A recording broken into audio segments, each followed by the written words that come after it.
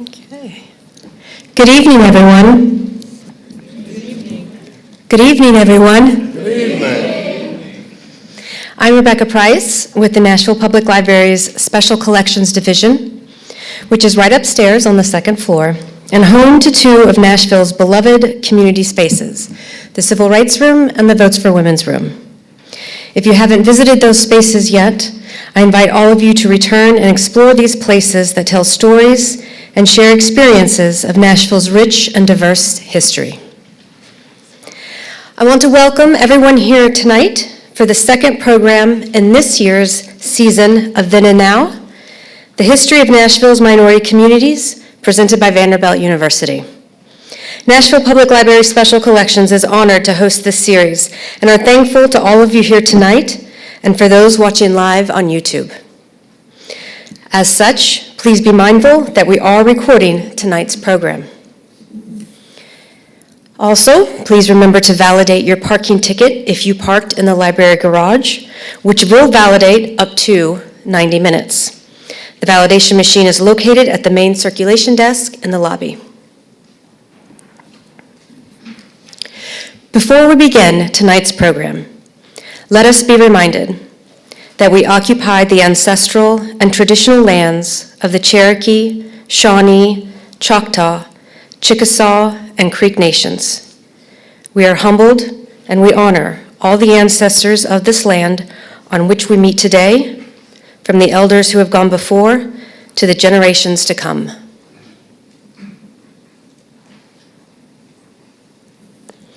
It is now my pleasure to introduce Vanderbilt's Dr. André Churchwell, with us tonight in his role as Senior Advisor to the Chancellor on Inclusion and Community Outreach. Dr. Churchwell.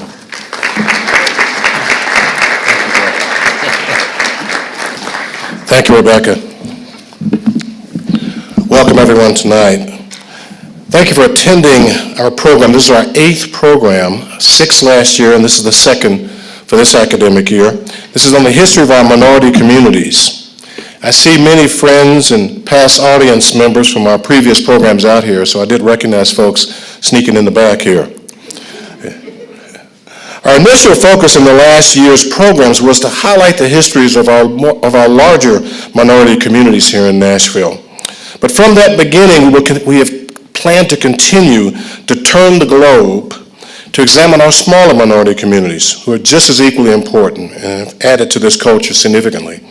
Our focus in this program are communities that originate from the Levant region of Southwest Asia.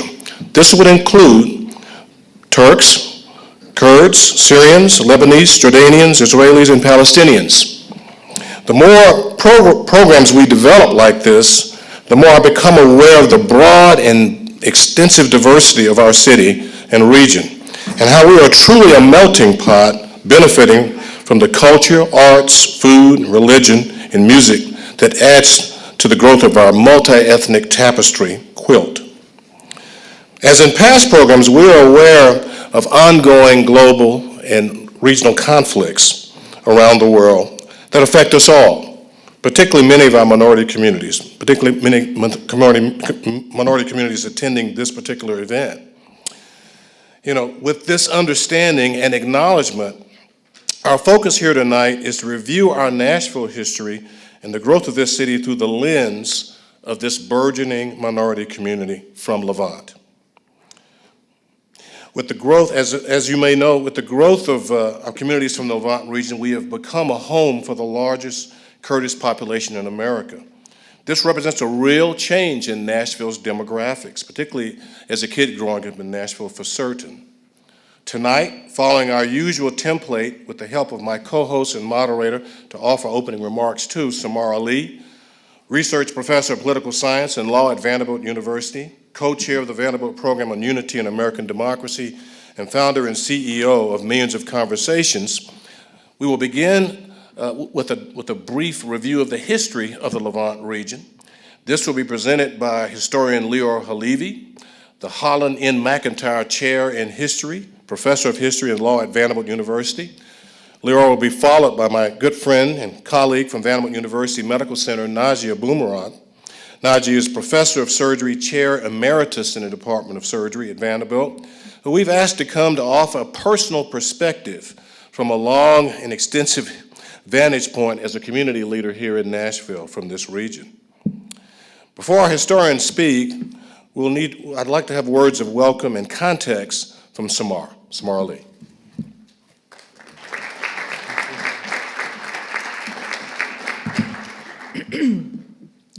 Well, good evening, everyone. Let me not throw this off the stage. I think it was so well said early on about how we are honoring our elders and those who've come before us, and as we think about those who will come next, and where we are and what we're experiencing, what we've inherited, and what we leave behind.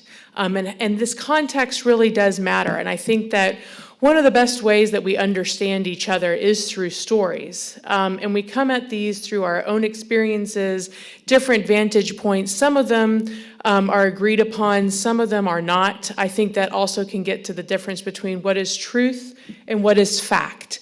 We can agree many times on facts, but the truth, we have different experiences with those facts, which shapes our truth. And that's one of the reasons why we founded Millions of Conversations, actually, which is anchored a lot in the philosophies of Archbishop Desmond Tutu from South Africa around truth and reconciliation, which is how do we reconcile with that truth? How do we reconcile with our truth around what has passed, where we are, and where we want to go? And how do we do that together? And it's been mentioned that we're a melting pot, and I thought about that term a lot. Are we a melting pot, or are we a mosaic? And is that something that we can really be thinking about? And to put it, for those, since many of us in the room and on stage identify with the Arab culture and heritage, are we tabula, are we salata, or are we a mosaic? Which one is it actually that we are?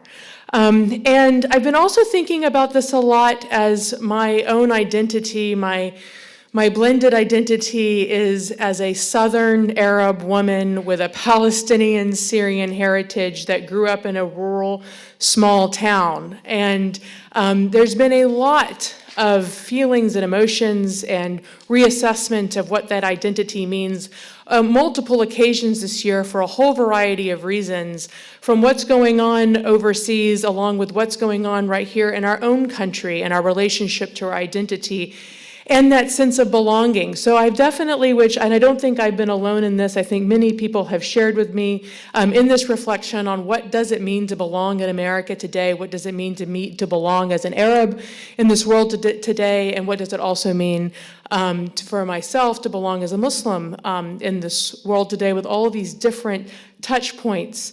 And I think that, what I would say is that we're figuring it out. And one of the things that gives me hope, at least the way that I like to approach this, is to try to figure it out together with as many people as possible, with the hope that tomorrow will be brighter than where we are today and where we've come from, without forgetting that there's a lot of bright spots and also of where we've come from. And as I mentioned about my Syrian heritage as well, there are some Syrians who walked in the room tonight, and they'll share with you some of their stories. But we said mabruk to each other, which means congratulations. We don't know what tomorrow will hold, but there is a moment to at least celebrate for what has happened, what for so many people thought was not possible. And again, that's just sort of like the roller coaster that we're on, which leads me to this next point. And that is, how did we all get here from all these different places and the different contributions that we've had and those beautiful contributions? And I want to just take a moment to know, I know many of the people on this stage tonight for many different reasons. I know them.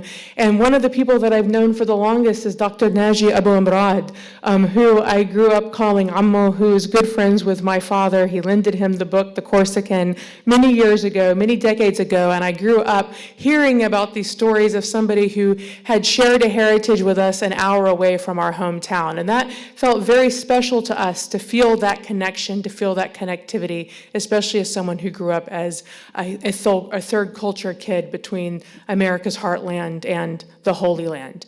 And so with that, we're proud of the contributions that we have been allowed and gifted and had the opportunity to make here in Middle Tennessee. When I was growing up here, Arabic was a language that many people had never heard. Now it's the third most spoken language in Nashville, which is really hard to believe. The demographics truly are changing, and it's really also amazing to see this blend also of the Kurdish community and the Arab community and other Middle Eastern communities coming together and figuring out what's next for Nashville together. So with that, I welcome you all, I thank you all, and I'm looking forward to this evening. Thank you.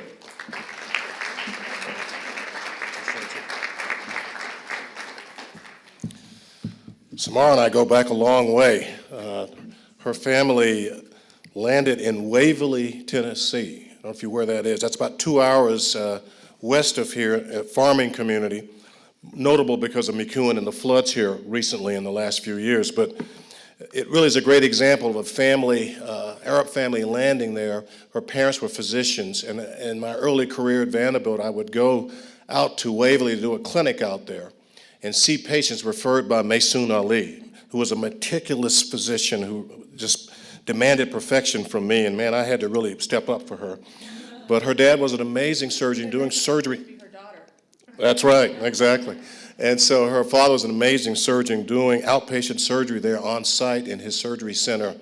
And so I was just struck by the amazing family with this phenomenal set of children that have gone on to do great things. So just want to make the case of that mosaic, and it is broad and it is extensive across Middle Tennessee. I need to mention, as we often say in church, there are some changes in the program. I just want to briefly mention that there are a couple of our speakers that, due to family conflicts, could not be here. But Shun Ahmed, who had to also leave because of a family conflict, did send me her remarks, and I will share those with you at the end of the program.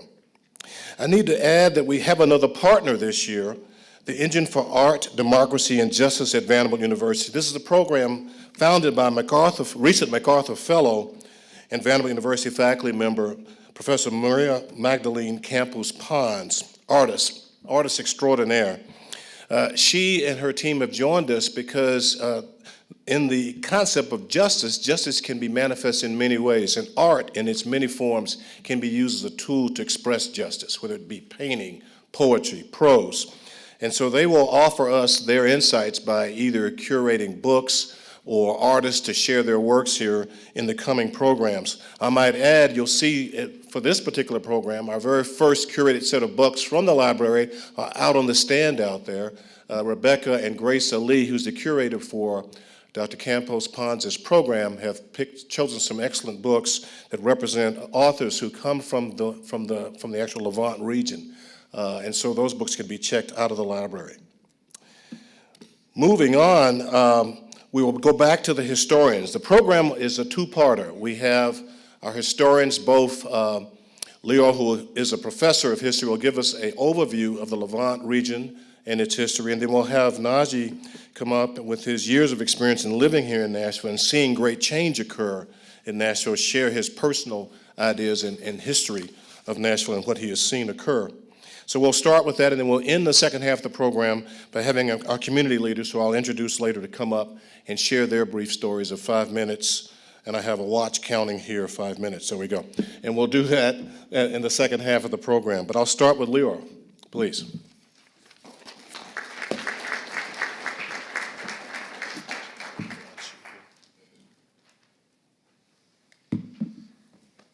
Thank you, André. It's an honor to be here. Today, when we refer to the Levant, we typically mean the Eastern Mediterranean region. This area can be roughly defined by a few natural geographical barriers: the Taurus Mountains and the Euphrates River to the north and northeast, the Arabian and Sinai deserts to the east and south, and the Mediterranean Sea to the west. Located in this region are several countries that make the news nearly every day: Lebanon, Syria, Jordan, Israel, and the Palestinian territories. This conventional definition highlights geographical and political boundaries, but don't take it for granted. The Levant is not a real thing. It's an artificial construct. As a historian, I want to give you some sense of its history.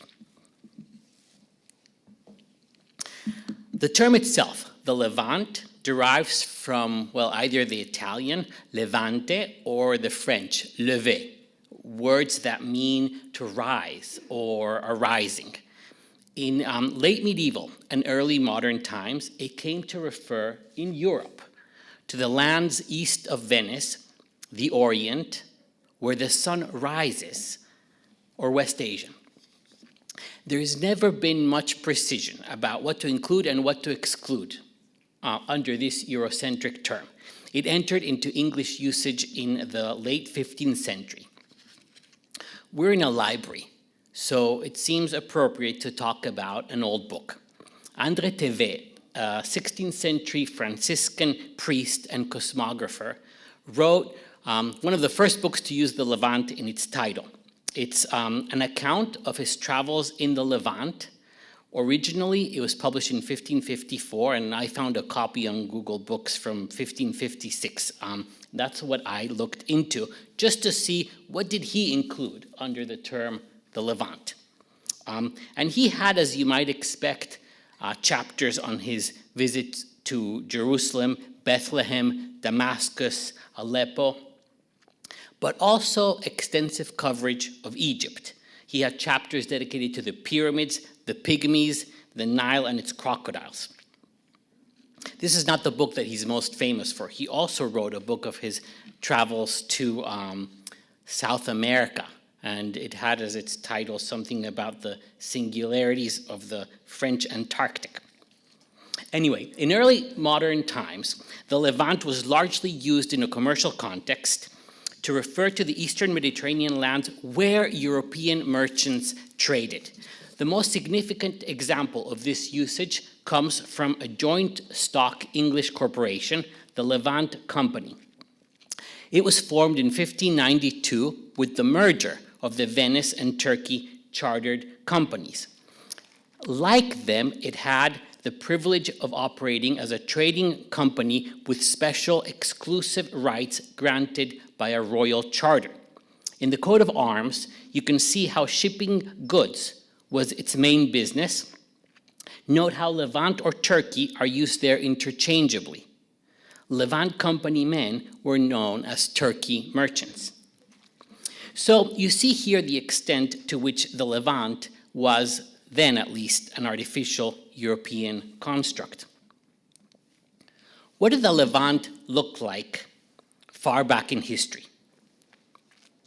In ancient times, before Europeans coined the term, well, politically speaking, it was one of the world's most unstable regions. Its history is marked by exciting twists and turns, with different powers contesting the Fertile Crescent, what the Bible calls the land of milk and honey. A traveler to the region around 900 BCE would notice that Israel was no longer a united kingdom. It had been so under the reigns of King Saul, David, and Solomon, or so some historians think, but it was now definitely divided into the kingdoms of Judah and Israel. Let's just focus on the southern one, the kingdom of Judah. It thrived until 587 BCE, when the Neo-Babylonian Empire under Nebuchadnezzar II lay siege to its capital, Jerusalem, and forcibly deported thousands of Jews to Mesopotamia. This event is known as the Babylonian exile, and it is one of multiple examples of conquests and population movements in the deep history of the region. Farther to the north, I want to bring your attention to the city-states of the Phoenicians. The Phoenicians established one of the most significant and powerful maritime civilizations of antiquity. They had three key cities in what is today Lebanon: Tyre, Sidon, and Byblos. From here, they launched trading expeditions across the Mediterranean and had key outposts as far as Carthage in North Africa. Their cultural influence was tremendous. Today, they are recognized for their contributions to trade as master shipbuilders, but also for their contributions to the history of writing.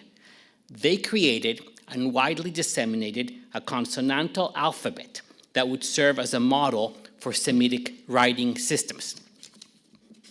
I haven't forgotten that we're here mainly to speak about immigrants from the Levant to Nashville. So why am I telling you about the Phoenicians? This seems like ancient history, and maybe similar, the Israelites. Well, there are a few Israelis in town. They take this ancient history quite seriously, and I've recently learned there are also Phoenicians in town, or Lebanese who identify as Phoenicians. I talked to one of them this summer, and in her case, she comes from a secular Maronite family, and a Phoenician identity serves her to emphasize some sort of nationalistic origin that goes way back to a time before the Arab conquests. The next map I want to discuss with you is an illustration of a 10th century geographical text. Notice, first of all, that the earth is here represented as round, and there's Arabic text all over. At the very center is a peninsula called Dar al-Arab here.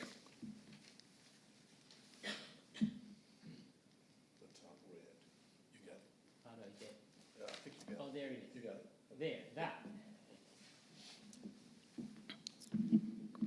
Immediately below it is Asham, or Syria. To the right of that, in a dark color, is the Mediterranean. Now, needless to say, this is before the discovery of America. So if you're looking for America, you're not going to find it. But even if you're not looking for that, you might be a little confused about what's where. I talked about this map with my daughter this afternoon, and she suggested that I flip it on its head. Alternatively, you can stand on your head and maybe it would make more sense. But north is south, really. Well, north is to the bottom. And so the Mediterranean region that you see in the black, those things sticking out would be European landmasses. The Maghreb, or North Africa, is at the top and Europe is at the bottom. There's some confusing things still, like China is at the bottom left quarter. But there you have it, the world as it was seen in the 10th and 11th centuries. What I want to highlight here is that this map obviously comes from a period following the Arab conquests. Asham appears very close to the center of the world. This is the Levant.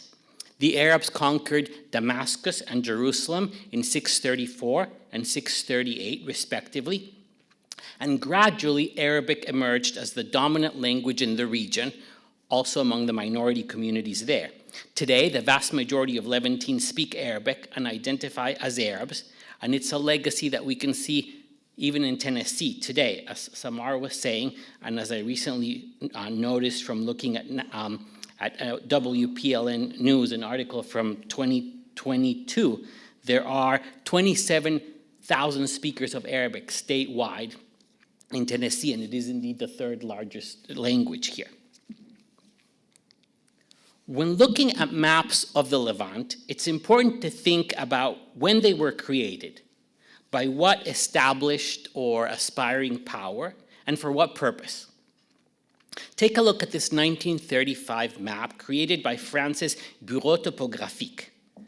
It was made in the service of the French army in a period of European expansion, following the dissolution of the Ottoman Empire and the end of World War I.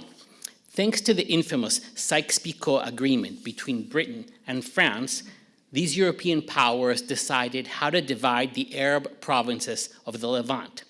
They drew lines on a map, and those lines became the borders between colonial mandates and, subsequently, independent states. With the backing of the League of Nations, Britain got its mandate for Palestine and Transjordan. France got its mandate for Syria and Lebanon.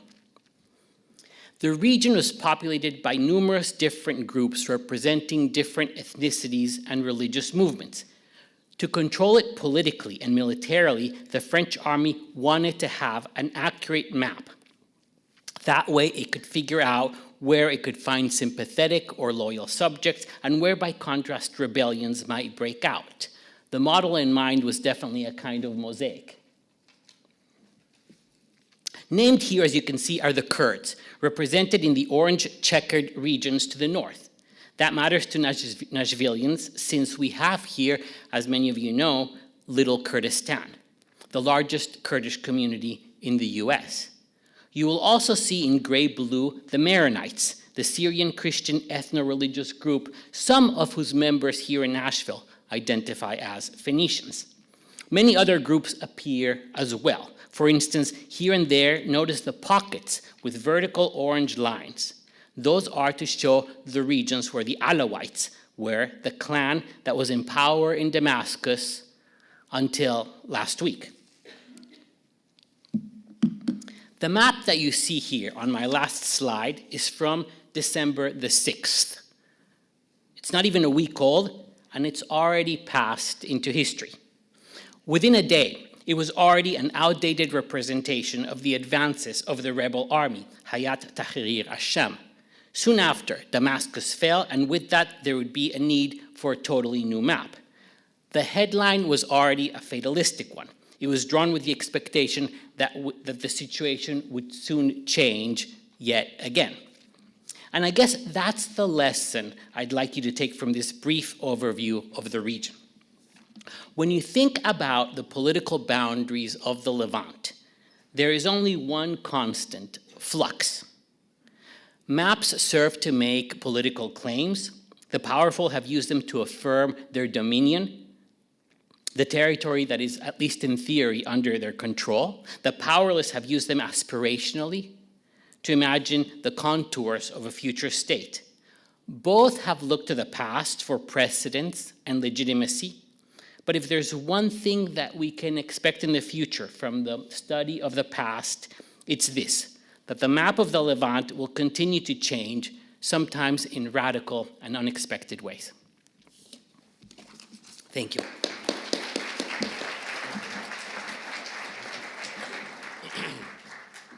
Thank you so much for that. We capsulized a lot of history there. Naji, please, come and share your remarks.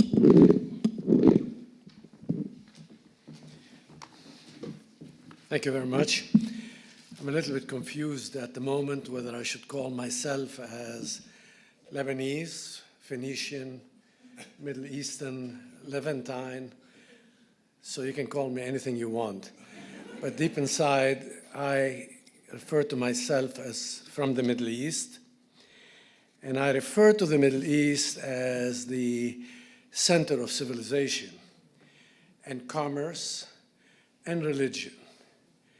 Unfortunately, this part, as you have just heard from my distinguished colleague, has been in turmoil for decades on end and centuries on end. And now it is run by what I call unwieldy strong men who can't agree on anything whatsoever, including whether the sun rises from the east or not. So, with that, I see that many of the audience here come from the Levant, and I and many of you came from Lebanon, Phoenicia, whatever you want to call it. And just to give you an idea, Lebanon is smaller than Connecticut. I can call myself, I'm one of the followers of the first Lebanese that ever set foot in the United States. His name was Antonio Bishalani. He came to Brooklyn and died in 1856 at the age of 29. Didn't have much life here. Let me focus a little bit on the Lebanese because I came from that part of the world. Americans of Lebanese descent are estimated to make around 30% of all immigrants from the Middle East to the United States, which is estimated to be around 2.5 million people. And unlike Antonio, they are doing much better. Some are living longer than 29 years. The Lebanese are considered to be one of the most successful diasporas globally and in the United States. They've done extremely well. They depend on education, and they're successful in medicine, in engineering, business, politics, you name it. And what makes them successful is that they try to be assimilationist and entrepreneurial. And like Southerners, most of the Lebanese are also image conscious. They strive to look good, not as good as this gentleman to my left. We use him as a poster we aspire towards. But you'll never see a Lebanese with flip-flops or disheveled hair outside their home, although there are some exceptions like yours truly. I came to America to Syracuse, New York in 1972 as a new physician. And I had an ambition, but I was not really sure I could make it. I was only sure that I will give it my best effort. After completing a general surgery residency and a fellowship in surgical oncology, I came to Vanderbilt in 1979 to gain experience in medical research. Don't tell anyone, I was not paid at the time. I had to moonlight to make a living. Those were really lean days and lean years where I worked extremely hard, not much money, and I felt isolated. I felt a stranger. Just give you examples. I used to walk down the street and people would stop me and say, "Good morning." What do I tell them? I was shy. I didn't say a word. They wanted to discuss politics. They wanted to discuss the traffic, whatever it is. I kept my mouth shut. They didn't speak the English that I learned in New York. It was different than New York English. It was a Southern English. And so I could barely understand what they were saying. And as you know, New York might be populous, but in New York, you do not see people. You're not seen. You're part of a crowd. Nobody sees anybody else. And here people are greeting you. So I didn't know what to do. After these lean, confusing years, there were some exciting moments. My research thrived. I formed wonderful bonds, mostly within the Vanderbilt community. I had mentors that were more like my family. Example was the late Bill Lacey, who was the director of the Clinical Research Center. The late David Rabin, who was the chair of endocrinology at Vanderbilt. Oscar Crawford, who was the chief of the Diabetes Center. Patients who became my friends, families. I give you an example. There was a family called the Akers, Clark and Eleanor Akers. They became family to me. And so they engulfed me with their love. But one day, a colleague of mine told me that there is a rumor going around that I look unfriendly and hurried. I was quite disturbed, really. I sought some help. I thought I'd go to a shrink, a psychologist, but then I took yoga. And so I was cured from that disease. So here's what happened. I believe I had to improve my community with some of the research that colleagues of mine and I have contributed here. We helped to train other immigrants like me, whether they came from Lebanon or the Middle East or the Levant. That was important to us. We as Lebanese are entrepreneurial, so I participated. I got involved in few businesses that became successful, and I contributed to my community, and I then started recently asking myself a very fundamental question.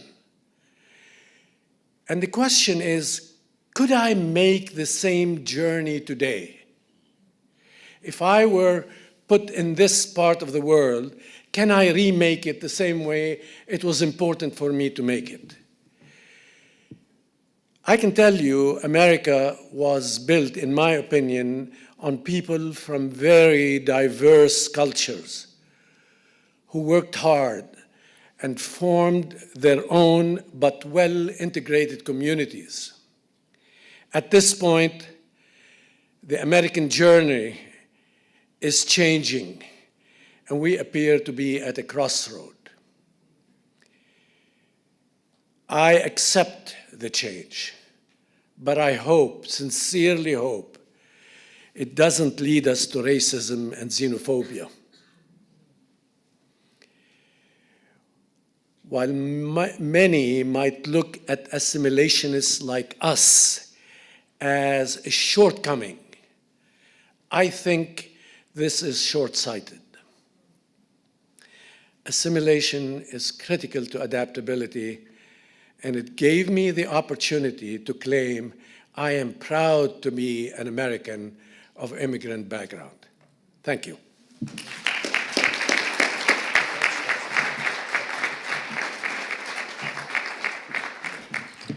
Thank you, Najee.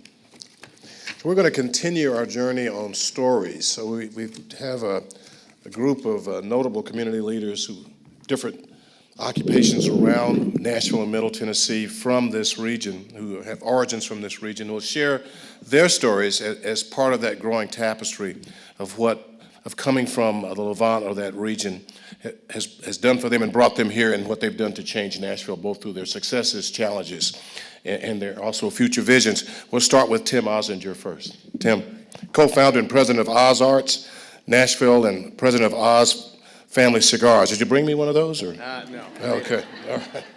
You mean to run this thing? Here you go. Just push it there. Here, Oh, there you go. okay. All right. Just hit this Great. forward. Mhm. Forward, back. No, that goes backwards. Yeah, to the right forward. Okay. Go back there. There we go. Okay. All right. Thank you all very much. My name's Tim Ozinger. Actually, that's not my given name. My given name, my father is an Armenian from Istanbul, or was. He passed away in 2018.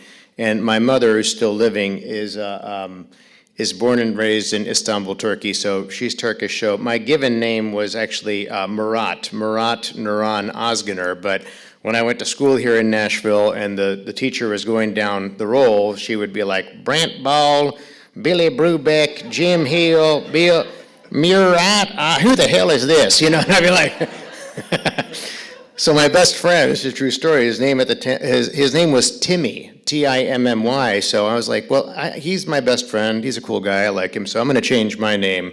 I'm going to be Timmy also. So I went to kindergarten and they had like this masking tape, and the teacher wrote all of it, you know, in nice handwriting and magic marker, and I decided I would tape over it and write the name Timmy with a crayon with a backwards Y. And so then I became known as Timmy. And that was fine, except my father came to pick me up one day. So, I am here for Murat. And the teacher's like, who? Like, Murat, I know, he goes here. I am paying the bills, I know it. So, where is he? Oh, you mean, there he is, the one throwing sand at the other boy. That is my son. They're like, oh, you mean little Timmy? And then I said, what the hell, Timmy? And all my Turkish relatives found us out. It was a big controversy. He's like, what is this name? Timmy, something caught in your teeth. You have like baklava. What the hell is this? Yeah, Murat, that is a name, very elegant. Timmy, what is it? I need a toothpick. You know, so that's how and the name stuck. because it was just much easier to pronounce in Nashville, Tennessee at that time. That was back in 1969. And the other thing I'll say when I was hearing a lot of this history, thank you very much, is that, my father, you heard his accent, so people would always say to him, because he was an entrepreneur, and they'd be like, and his name was Jono, and he was like, Jono, where are you from? And he's like, in Nashville, Tennessee. Can't you tell from my accent?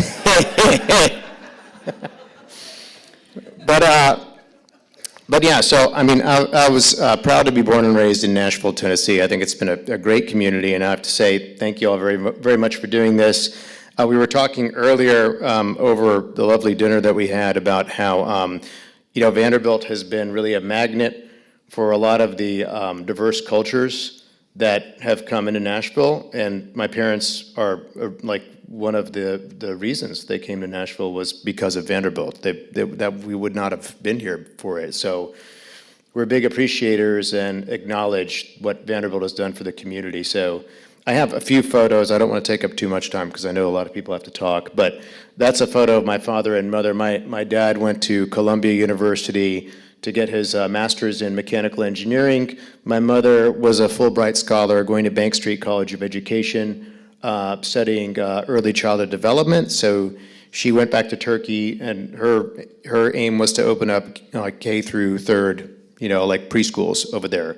But she fell in love with my father. They came back, they eloped through North Carolina, and then came to Nashville, Tennessee, where my mother got her PhD at Peabody.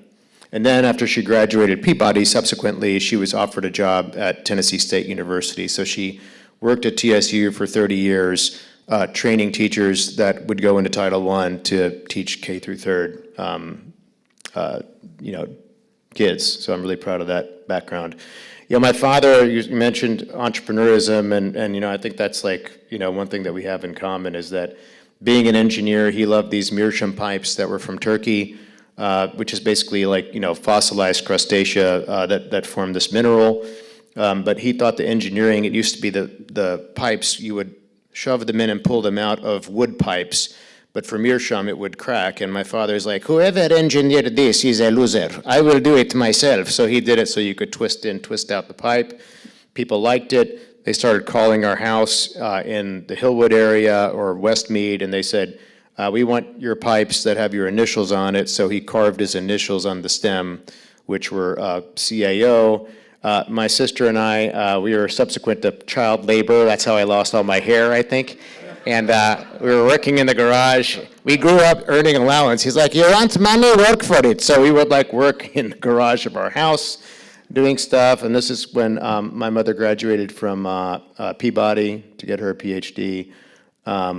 We built up, went from pipes to humidors to cigars. We had the humidors made at the time in Wedgwood, Houston, that's where all the woodworkers are, and now that's where Hermes apparently is going to be.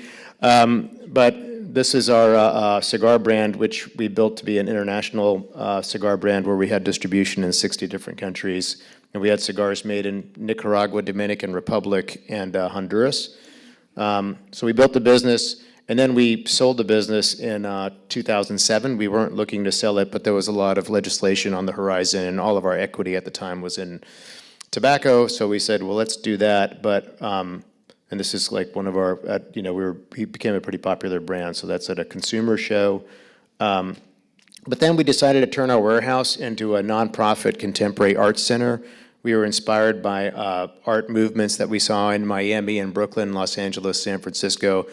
And there were a lot of living artists creating vibrant work that wasn't coming to the region.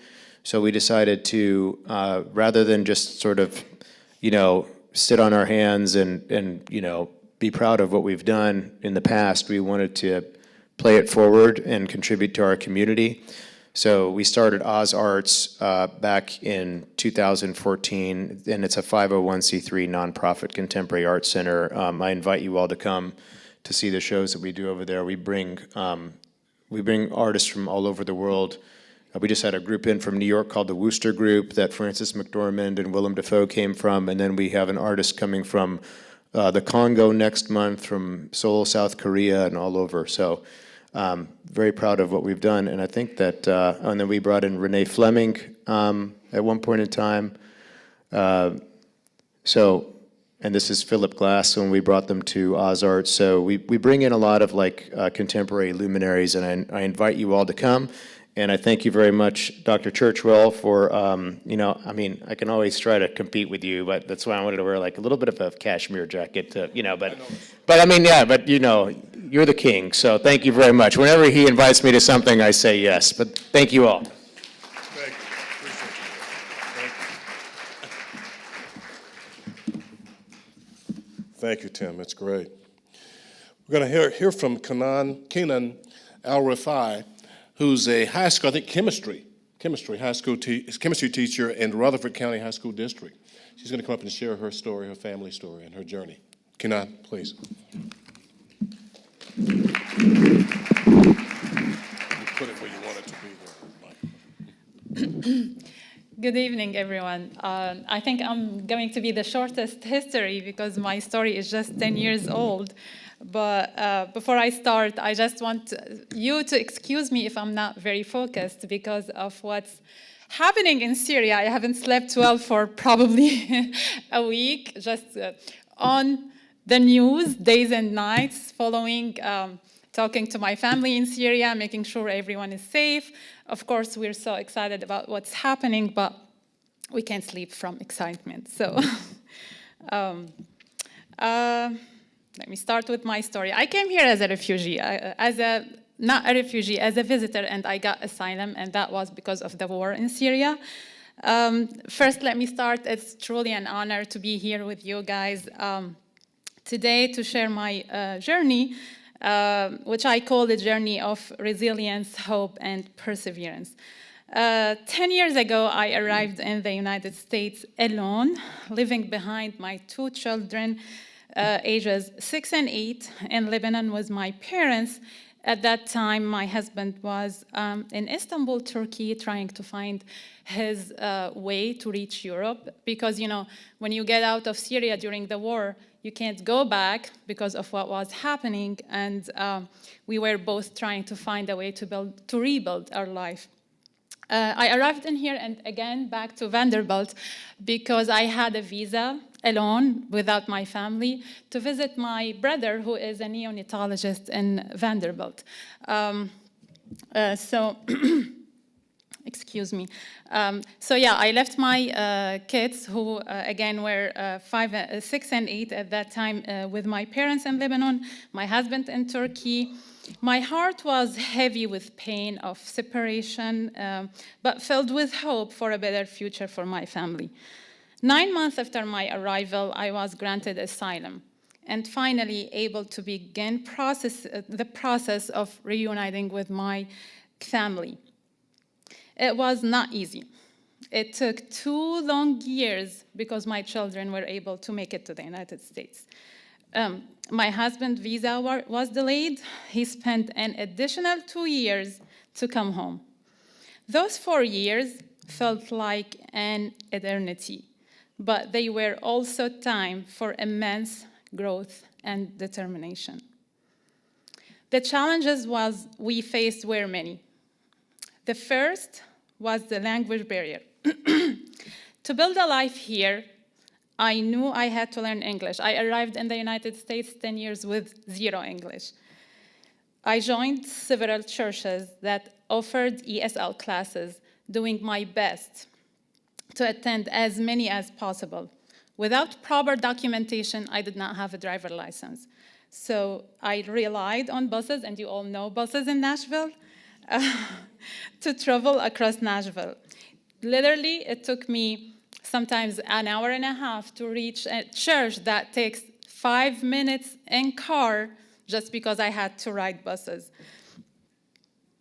It wasn't easy, but I was determined. Next come the challenges of helping my children catch up with their English and their schoolwork, with me learning the language as well. It was very hard. Teaching them and learning myself was daunting. But we worked tirelessly day and night until we could stand on our own 2 feet. For me, one of the hardest challenges was returning to my profession as an educator. Back in Syria and in Lebanon, I lived in Lebanon 2 years before I arrived to the United States. I was a high school science teacher. But starting over in the US felt like an impossible dream, especially with the language barrier. The steps were overwhelming. I had to learn English, have my degree evaluated, and return to school to transfer my credential, complete a teacher preparation program, and finally pass the praxis exam to obtain my teaching license. All of this took 4 long years. During that time, I was practically a single mom, as my husband was still in Turkey. I worked in a warehouse during the day and attended college in the evening. Those years tested me in every possible way, but giving up was never an option. In 2020, I finally achieved my dream and began teaching in Metro Nashville Public Schools. That same year, my principal nominated me for a full scholarship to pursue a master's in education at Lipscomb University, which I completed in 2023. Today, as I stand before you, I am proud of what my family and I have accomplished. My son is now a freshman at Middle Tennessee State University studying media management. My daughter, which is here, is junior at high school, and she is thriving in her studies. My husband owns a trucking business, and we have built a house in Murfreesboro. The journey has been long and filled with trials, but it has also been a testament to the strength of family and the power of perseverance. And that's it.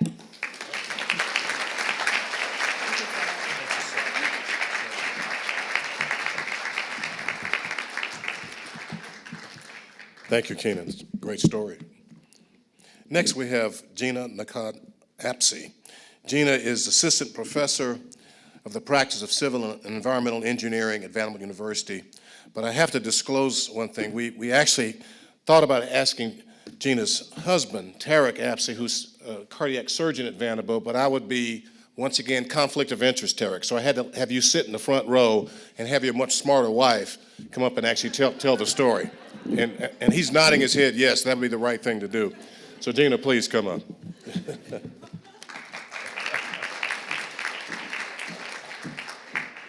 Do I get 10 minutes since I'm... Good evening, everybody. I would like to start by thanking Dr. Churchwell and the Chancellor's Office for Inclusion and Community Outreach for this wonderful event, and all the other similar event highlighting the stories of the communities, the minority communities in Nashville. Thank you to Nashville Public Library for also hosting us in this beautiful place tonight. And Marla, thank you for organizing everything for this event. I'm really honored and humbled to give my story, our story, here with you tonight. So I am Gina Apsi. I'm originally from Lebanon. I am an assistant professor professionally at Vanderbilt in the civil engineering department. On a personal level, I'm married to Tarek Apsi, who's a wonderful physician at Vanderbilt, and we have 3 beautiful young ladies together. Before I start telling you my journey here in the US, I want to tell you a little bit about my background in Lebanon. I was born and grew up over there. I actually did my engineering studies in a French university, the St. Joseph University of Beirut, and then I came here afterwards. So being from the old world, right, we are privileged to trace our ancestry many, many generations and hundreds of years in the same areas. In fact, we own land that has been passed on to us for more than 120 years just from my grandparents and great-grandparents and their parents. In some of the pictures and videos that you saw, my uncle is working the machines for the cold press olive oil.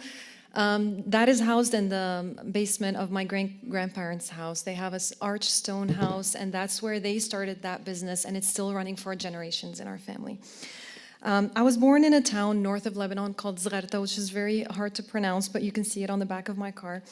My dad was a small business owner, or he retired, and my mom was a middle school teacher. I'm the oldest of two. My brother is a physician that currently resides and works in Dubai. My family had to rebuild itself many times as I was growing up, just in the short time that I was a child. My dad had to reinvent his business 3 different times because of the war. He had to relocate his work and make sure that he was still providing enough for us. And at some point, my mom was the sole business, provider, or the bread provider in our family. And it was because of her pension that they were able to live their retired life independently.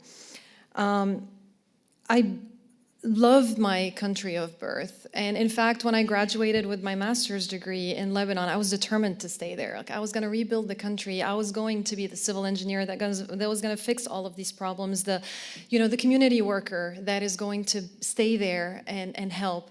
But then I fell in love, right? I met Tarek there. And love has a special way of opening these new doors for us that we never thought could open. I'll start by telling his story because it's very interesting a little bit, and then I'll tell you a little bit about my transition here to the U.S. So Tarek was born in Beirut. His dad was a travel agent, and his mom is a stay-at-home mom. His older sister is an attorney, and his brother is an architect, and his younger brother is the one who introduced us. We used to work at the same multinational engineering company. If you want a good story, ask Tarek about it later. Just like in my family, and just like you've heard from a lot of the people coming from the same background, education was always number one on our radar. So when he graduated with honors from the American University of Beirut from medical school, he was adamant to come here to the U.S. His mom was not happy, but she ended up giving him all of her savings, just a full $750, and he will tell you the story. Basically emptied her pockets, give it to him in cash, and she said, "Son, good luck, spend them well." He landed in the States. He paid the lease, the deposit on his apartment, paid the first deposit on his car, and the money was gone. In his apartment, he had a rug, literally. There wasn't a couch, there wasn't a bed. And he will tell you that he spent so many nights just begging to stay on call because there was a call room with a bed and a warm breakfast and a warm dinner waiting for him if he stayed at the hospital. Maybe that's why he's such a good physician, but I'm biased. But this is a story that he will tell you. 6 months later, his friends came to visit for Christmas, and they bought him his first mattress and his first bed that he was able to sleep on. Like many first-generation immigrants, he will tell you many stories of visa issues, lost in translation problems, deep relationships, and even deeper heartache and homesickness. Parents getting old, some dying 6,000 miles away without the warmth of that foreign child next to them as they're taking their last breath. We missed weddings, baptism, family gatherings. But he will also tell you beautiful stories of success. He'll tell you stories of growth, of resilience, of joy, of friendship that have transcended time and distances. And the beautiful thing is that almost to the day, 20 years after he landed, off that boat, we signed on our current house with 2 little kids that were less than 4 years old. So we have the benefit and the privilege of living the American dream that a lot of us strive to do every single day. Tarek and I met while he was on vacation in Lebanon about 17 years ago. I don't remember much of the first months here in the U.S. I was completely overwhelmed with the language. I spoke English well, but it was conversational. A lot of people talked about the slang and the Southern accent, and for me, the new culture, the new environment, everything was so overwhelming, and I felt like I was in a movie 24/7. And it's really weird to hear English for all the time when you're not used to it. Like, if you hear it in a conversation here and there, and all of a sudden it's bombarded on you 24/7, it's so overwhelming that it completely saturates all of your senses, and it's hard to focus. It was also hard to make new friendships with, in your late 20s when you've had all of these really good friendships, but they are so far away. I started graduate school, had my 3 thesis babies while I was there, and I graduated in 2019 with my PhD at Vanderbilt, and now I'm working in the civil engineering department at Vanderbilt. And since then, I feel like I've had the most privilege and honor to meet so many prominent people from the Levant, specifically Lebanese, sometimes third and fourth generation, completely immersed in US culture, but still talk about kibbeh and tabbouleh and fattoush and shawarma. Just this past weekend, we had a big party for the Maronite church that we're starting here in Nashville to support that church. And a couple of weeks ago, Naji and I hosted a fundraiser for Teach for Lebanon US. We're both on the board for Teach for Lebanon, which is an organization to support global education. It is a sister organization of Teach for America, and I can talk about this for hours, so please ask me about this later if you're interested. So my passion for education and civic engagement only grew bigger when I came here. And that fire that I wanted to fix things didn't go away. It's actually being paid forward here and in Lebanon. In addition to my day job, I'm now working on developing STEM programs for middle and high school students coming from my civil engineering background and from my education at Vanderbilt, teaching them about the impact of civil engineering on communities. And I would also like to mention that none of this would have been possible without the support and mentorship of people from all over the world. Dr. Naji Abumrad has had a tremendous impact on Turks' life and on mine. People like Dr. Churchwell, our deans and chairs, Dr. Petrasik, Dr. Adams, my PhD advisor, Dr. Mahadevan. You hear those words, those names, and they come from all over the world.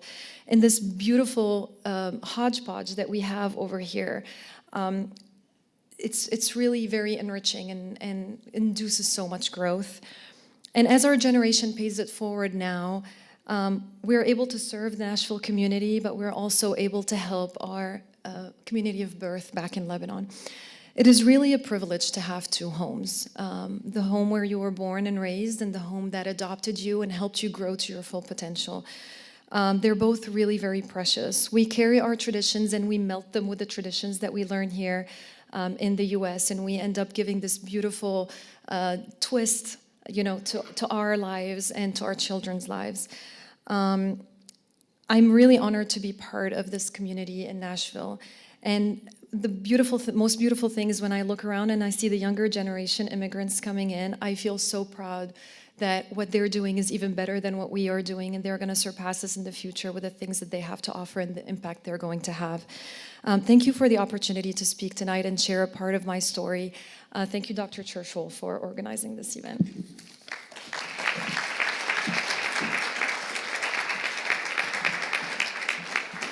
Tarek, you're all right. She should speak. That's exactly right.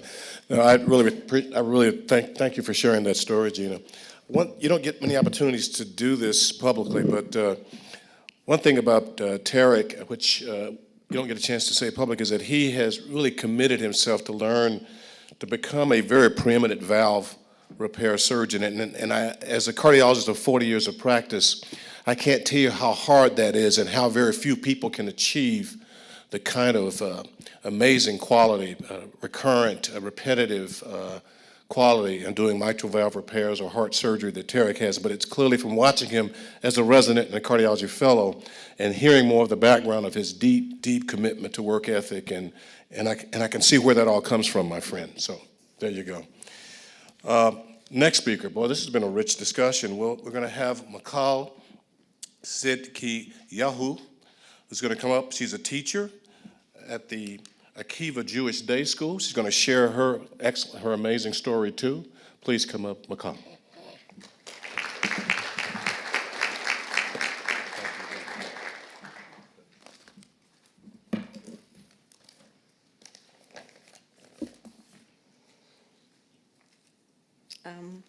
I actually would like to start by saying that the last year has been a very difficult year in Israel, probably the worst and most horrible year that we've been through. And since, like other people here, I still have most of my family there, it was hard to be far away from them.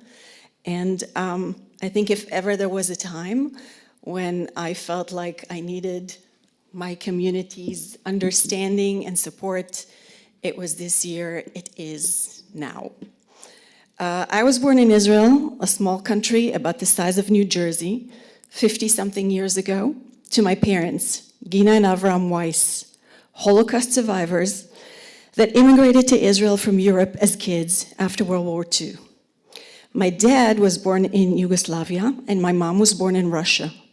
They both came to the Levant after the official establishment of the State of Israel. Fast forward to my late 20s.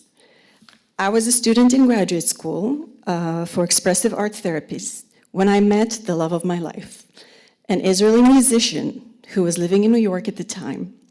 His father immigrated to Israel from Iraq, and his mother's family were descendants of Sephardic Jews that lived in Jerusalem since before World War I. After a short transatlantic relationship, we thought that it would probably make more sense to live in the same continent. Well, actually, it wasn't short, it was about 3 years. And so we married in Israel, and I immigrated to New York. Our girls, that are Jewish Americans, were both born in New York. So they're Jewish Americans with genes from Russia, Yugoslavia, Iraq, Spain, and Israel. I lived in New York for 10 years, and I worked as a therapist in child and adolescent psychiatry. My husband's profession involved traveling around the world, but Nashville was one of the places that he loved the most to come and work in because of the green open spaces, the more easygoing pace of life. It's not exactly New York, and mostly the respect for family life. So he said I had to come here, he insisted. So I came once with my girls, I loved it, and 2 months later we moved here, and it's been 14 years since. We were told that Williamson County had great schools, so we settled in Franklin. My husband's integration into the country music community in Nashville, in my opinion, was a double success, since not only he wasn't born and raised in the South, he wasn't born and raised in America. So his ability to play with the utmost musicality, country music that we clearly didn't grow up with a touch of a Middle Eastern soul and a little bit of New York rock and roll, has made him a unique addition to the local Music Row circle. That said, as an outsider, you always feel like you need to prove yourself all over again, every day, every new project. It doesn't matter how many #1 albums you played on or how many awards you won, nothing is taken for granted when you're an immigrant. I worked privately as a therapist from home, mostly with some clients from around Franklin or word-to-mouth PR. A sentence I remember saying a lot back then is, "It's just like in the movies," which you just mentioned. The green pastures, the neighbors' kids welcoming us with a flower pot. Our realtor became our local granny. Our mortgage broker became our local aunt. And everybody were like so friendly that we quickly felt at home. We're not religious people, but we're proud of our ancestry and we keep our traditions.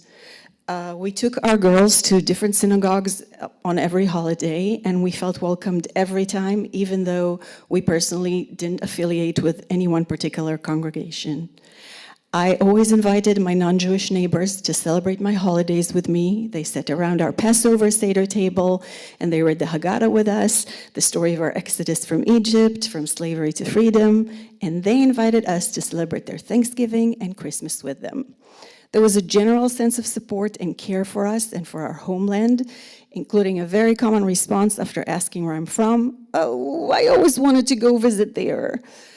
There have been Jewish congregations here since around the 1850s, I think, and many Israelis have joined the community in the past decade. We have different organizations in place to help the needs of the growing community. We have the Jewish Community Center, the Federation, Jewish Family Services, and a Hillel House on Vanderbilt campus. There is Akiva, the Jewish day school in Nashville, that I joined a couple of years after moving here. When I heard it was in need of Hebrew speakers educators, so Hebrew speakers are not really common here, I came to help for what I thought would be a short period and have been teaching there for over 10 years now. Being a therapist and an educator, I thought I'd share the children's point of view on our immigration to Nashville. Akiva, this one school that serves our whole community, is a diverse school. as it includes students from all ends of the Jewish community: American Orthodox, conservatives, reforms, unaffiliated, and Israelis. We teach our students to respect, accept, and include any person, even if they don't follow the same beliefs or the same ways of life. We teach them to think with an open mind and more with an open heart. So far, still sounds like the movies, right? Well, my daughters went to our public zone school. In second grade, my older daughter came home from school and asked me, "Mom, how would you feel if I started believing in Jesus Christ?"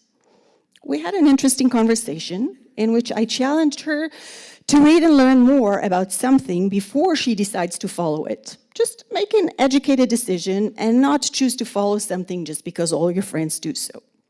I understood, though, that it was challenging to her, that more often than not, she encountered responses such as, "What? You don't go to church on Sundays?" Or, "You don't celebrate Christmas?" Since I often had to write the school notes, such as, "May you please consider that in the book exchange for the holidays, not all books will be about Christmas, as some of the students celebrate other holidays during the season." Or I had to tell my child that she couldn't participate in the school palooza one year, since it was scheduled on the same date as our Atonement Day, one of our most important holidays for our religions. I had to ask that there would be a menorah put next to the beautiful Christmas tree at the entrance to the school, and at the same time explain to the principal that there's also a Kwanzaa menorah, not to be confused with a Jewish menorah, and that she probably should purchase both because all three holidays are celebrated around the same time. There were some other examples like these, times where I felt like my kids were excluded from activities based on their religion, and a few anti-Semitic comments were made by peers. Those incidents made me feel that the education system that should have started from the principals down to the teachers, and then to the parents and the students who probably were just not exposed enough to diversity, has failed my children. This month, my younger daughter came back from school smiling, telling me, "Mom, the menorah had already been taken out and placed by the tree." It was a tiny moment of triumph for diversity and inclusion. My daughters, who are older now, keep telling me to let it go. They say we live in the Bible Belt, we're a minority, and we shouldn't expect change. I think that if there's still a chance that my girls decide to stay here and raise my grandchildren, future grandchildren, here, I would want them to know that integration does not mean losing your identity. Times are changing, the city is growing, and it's a great opportunity for all of us to open our minds and our hearts to learn more about one another and to help the people around us feel included, respected, and loved.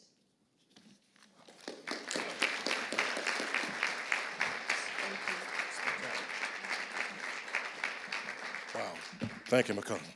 That is excellent, excellent. Moving along. Next on our list is Daoud Abu Diab, who's president of the Faith and Culture Center here in Nashville. He's going to come up and share his journey too. Daoud.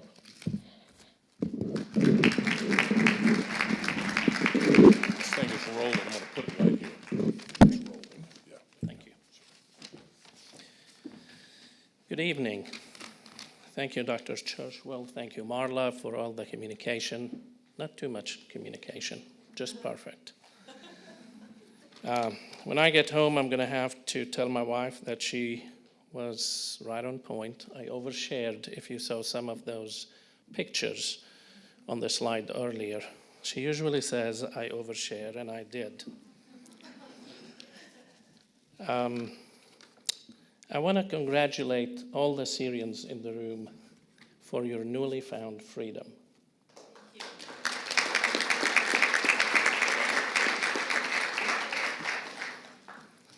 And may your path forward be rewarding. My name is Daoud Abu Diab. I am Palestinian. As a Palestinian, living the past is both joyful and painful. But it is important that we remember so we don't forget.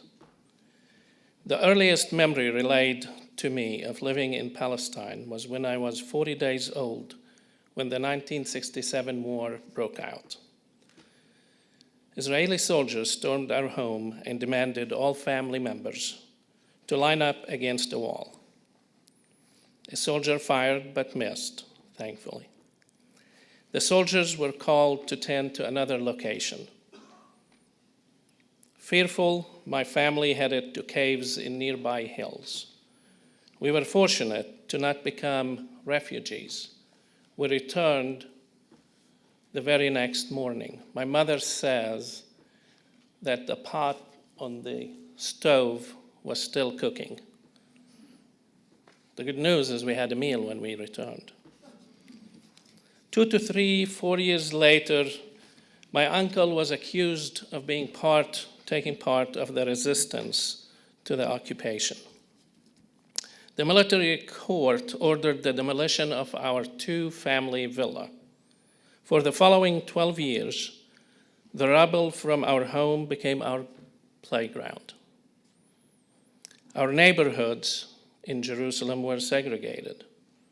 I went to a Catholic school. As a Muslim Palestinian, my neighbors were Christians, Muslims, together, and Israeli Jews always across from where we lived. Palestinian cities under occupation weren't afforded the same amenities as our Israeli counterparts. Nevertheless, any patch of green was good enough as a soccer field. Early on, I've always felt that it is my duty to cross any kind of border, to mix and mingle.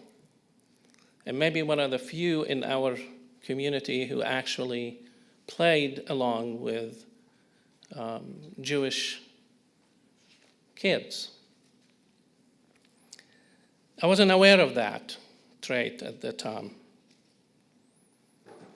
Nightfall in Jerusalem meant that any type of social activities stopped. Soldiers would parade the streets and harass those who were brave enough to venture out. It wasn't really exciting. I'd love to tell Rosie's stories, and there are few, but as you mentioned, I think last year was really difficult.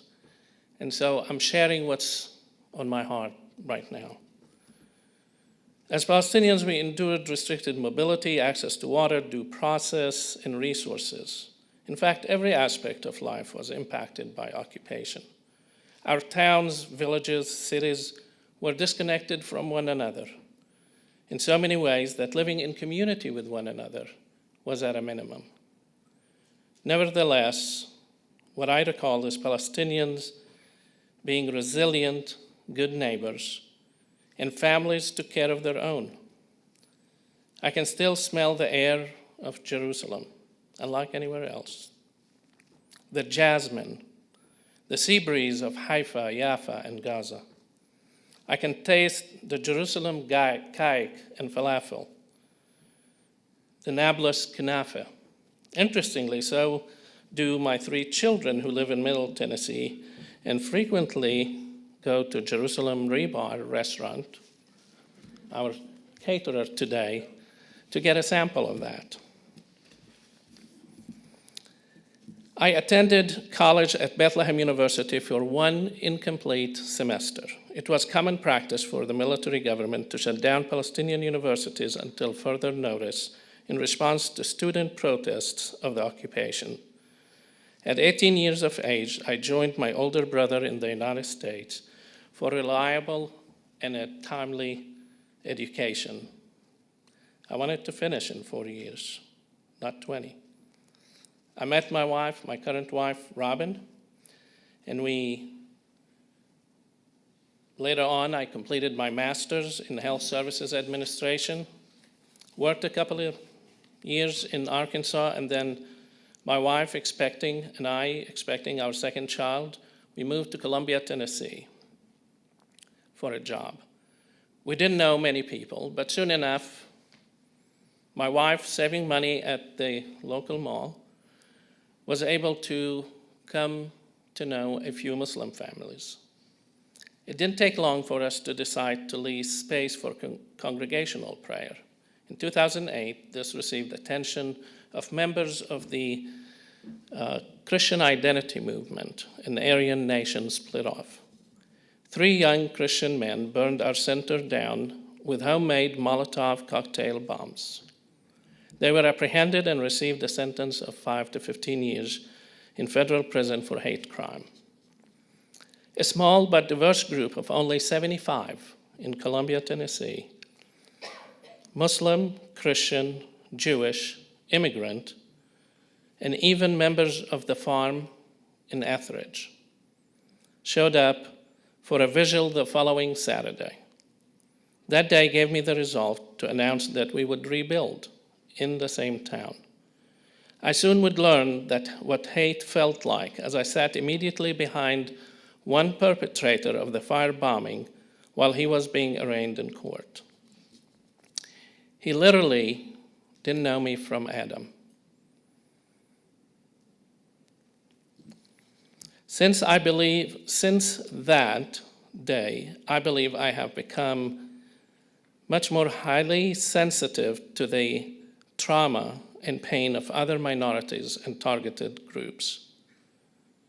In the following years, I joined in efforts countering a growing Islamophobia in Middle Tennessee through the American Muslim Advisory Council, the Family of Abraham, Tennessee Immigrant and Refugee Rights Coalition, and the Faith and Culture Center. I dedicated the years since to help build community here in Nashville, in spite of my experience, in spite of the trauma. The work of the Faith and Culture Center has brought diverse people who otherwise would not have come together through programming like a seat at the table for a meal and meaningful, but sometimes difficult conversations. However, something has drastically changed for some of us who have believed in our institutions and fellow activists. As the war of destruction continued to be waged against Palestinians in Gaza and the West Bank, I witnessed mostly silence, and when university students spoke up against violence targeting civilian Palestinians, including children, these students risked everything. It is not what I've witnessed, it is not what I've learned, and I've been fortunate to learn about this civic duty that I have as an American. I yearn for a free Palestine, but until then, I hope I can continue to advocate for such a free Palestine without being demonized. I remain hopeful that a more nuanced stance will evolve in our community where we continue to do this, to share, and every voice is heard. Thank you.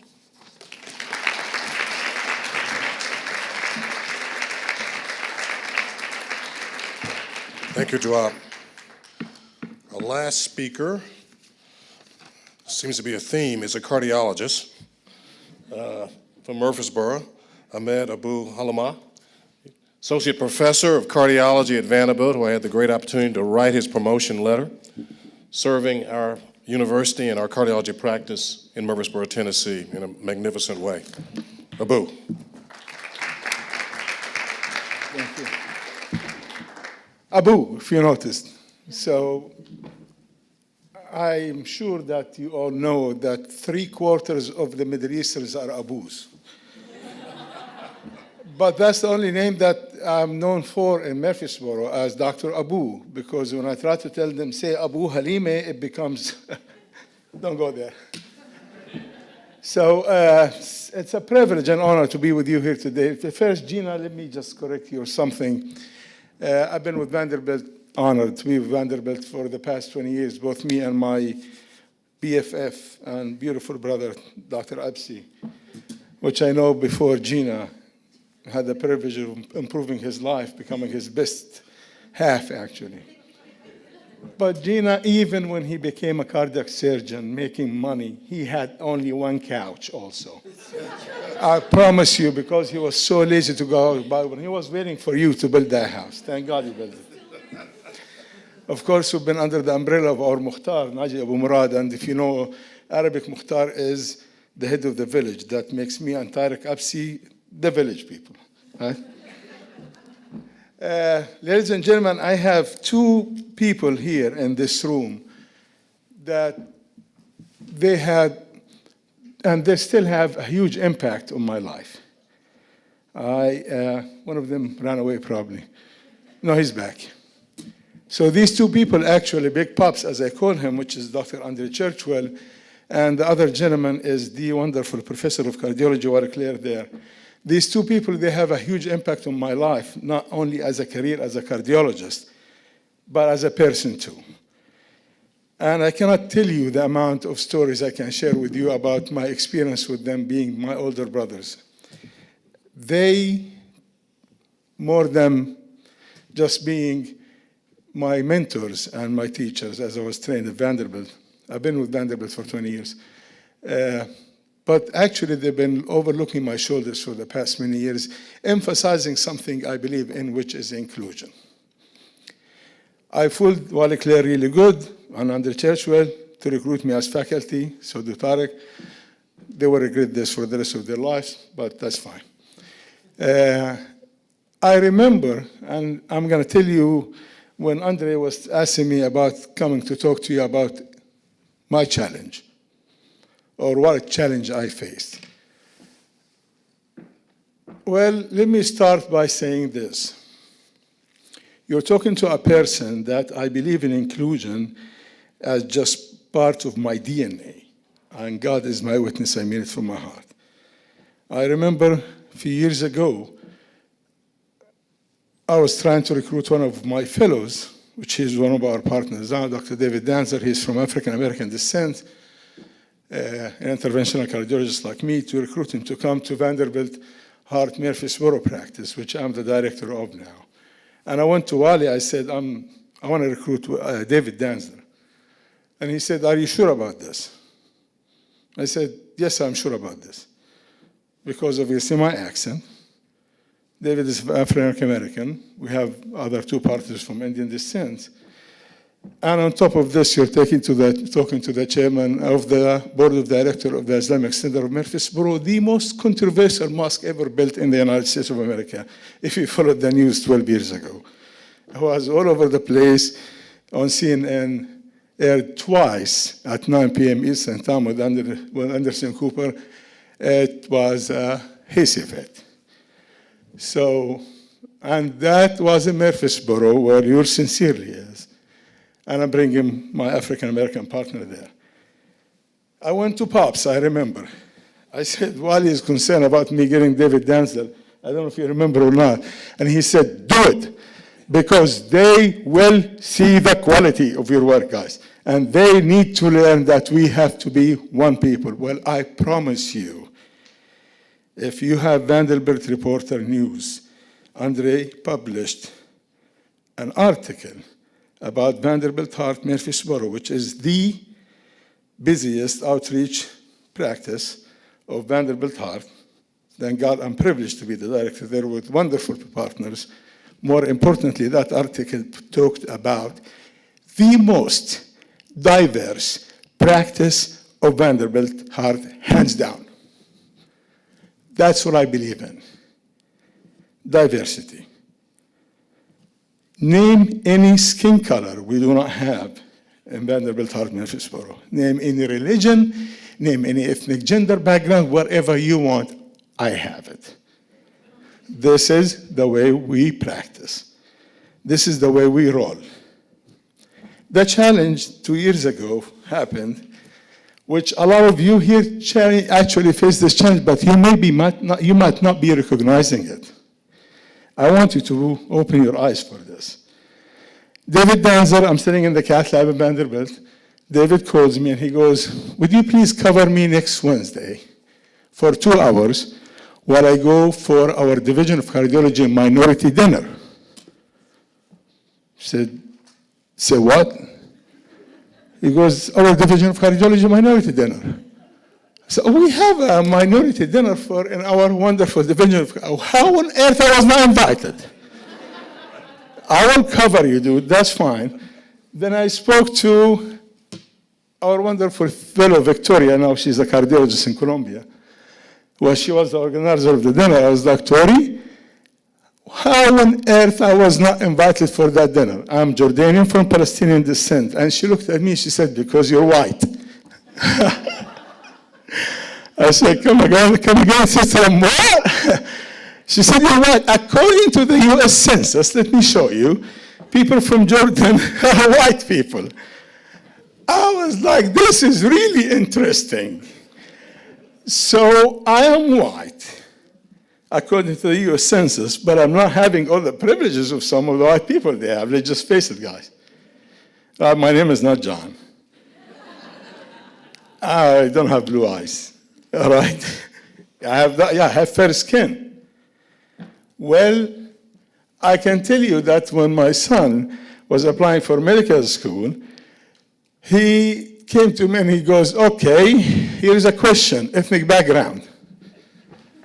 Said, well, I remember my wonderful son that I took care of a patient that came to the ER with a heart attack. He was intubated.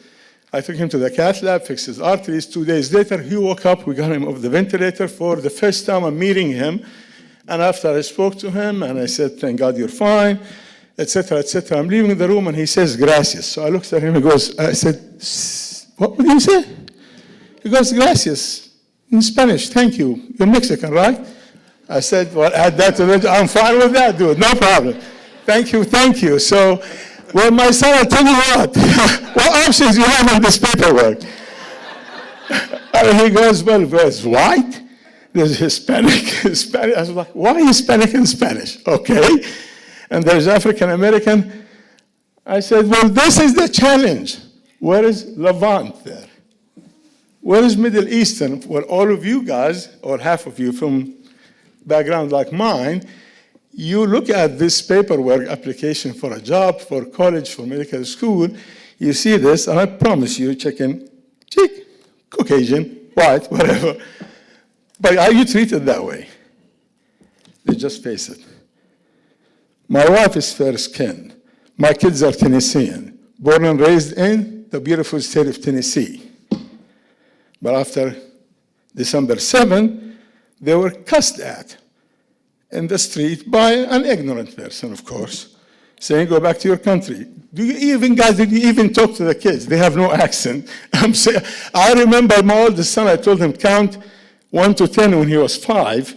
He started counting 1, 2, 3, 4, 5, 6, 7, 8, 9, 10. I said, no, count in Arabic. He said, oh, that's easy. He started counting 1 to 10, putting accent there, thinking this is Arabic. And that dude was saying, go back to your country. Well, where was her fair skin? But just because she's just wearing hijab, did that make her white? I think we need to have a real conversation. I think we really need to open our eyes, and let's not be sensitive about it. I remember what Claire was telling me when I was a fellow. He goes, one good thing about being in the South, you can talk about these things with people that they have sense in their head, and they're not sensitive about it. When I moved from Rhode Island to New England, like Najee was saying, nobody knows you there. Okay? The South is different. It's beautiful. But let's have our impact on putting this check mark on that application saying ethnic background, Levant. Let's welcome this. Don't label me with something and don't treat me with it, okay? Call me white, call me olive, whatever you like, but just treat me like such. Don't do something and just put your head in the sand like an ostrich. Well, this ill-defined ethnic background with this wife that I am so happy that I've been married to for the past 25 years, we were privileged, and we're still privileged, that we have the right of changing the name of a street in Murfreesboro, small street that crosses my kids' school, Central Magnet, for the past 2 years. And what do you think I called that street? Diversity Avenue. Thank you.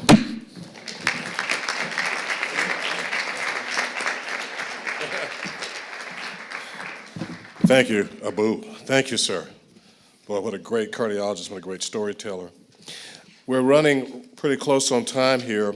I do want to mention that, as I mentioned before, we had a couple of people who could not make it because of family issues.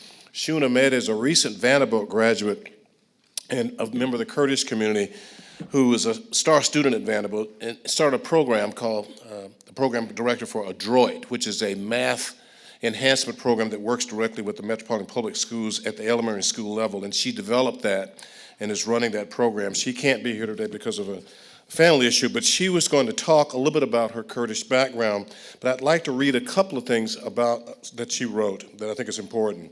She mentioned the modern era Kurdish migration to the United States has largely been driven by political persecution and conflict.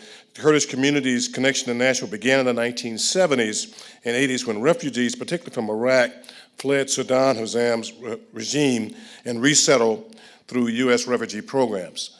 The migration increased significantly during the 1990s and early 2000s as conflicts in the Middle East persisted. Today, Nashville is the home of the largest Kurdish population in the United States and is often called Little Kurdistan.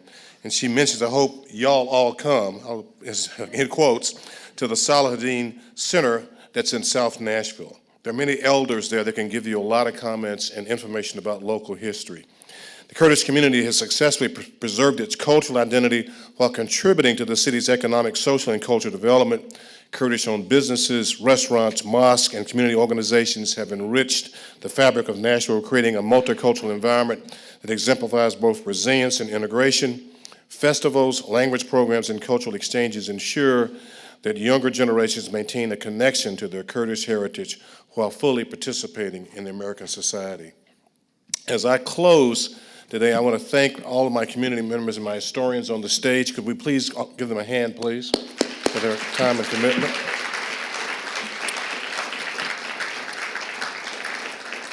They've shared their history, their challenges, their successes, and some of the future issues that we still will be facing, both here and around the world, and we appreciate them doing that. We will have some involvement from our Engine of Art, Democracy, and Justice program of Dr. Campos Pons in coming programs. We pulled one of the small tidbits of that. It's going to be a trailer of a film called Jakur that they sponsored, that's done by a young Jordanian filmmaker, about an interesting story of a Syrian refugee who moves to Memphis and experiences the culture of Memphis and Elvis and Black Memphis. And it's a phenomenal movie that has humor but tells a great story of kind of integration and learning. The filmmaker is named Wahid Al-Kawasi, great kid. The name of the film is Jakur. And we will have a trailer of that, and he'll be here at our next presentation. Our next event will actually will be programmed around the Gulf states. We'll have historians, we'll have community leaders for that program. That'll be occurring in January. And I'd like to thank everybody again. My co-host Samar had to leave because she's being interviewed by NBC News and everybody about what's going on in Syria, for her inestimable help in putting this program together, as well as Rebecca Price and the Nashville Public Library team and our historians and community leaders. And lastly, to Marla Robertson, my executive assistant. Marla, are you there? She is. Stand up, Marla. Because without Marla's help, this program would not be possible in putting it together, getting Jerusalem Rebeb to be our catering service with great food and bringing this whole team together. So thank you all for coming. I look forward to seeing you in January. Thank you again.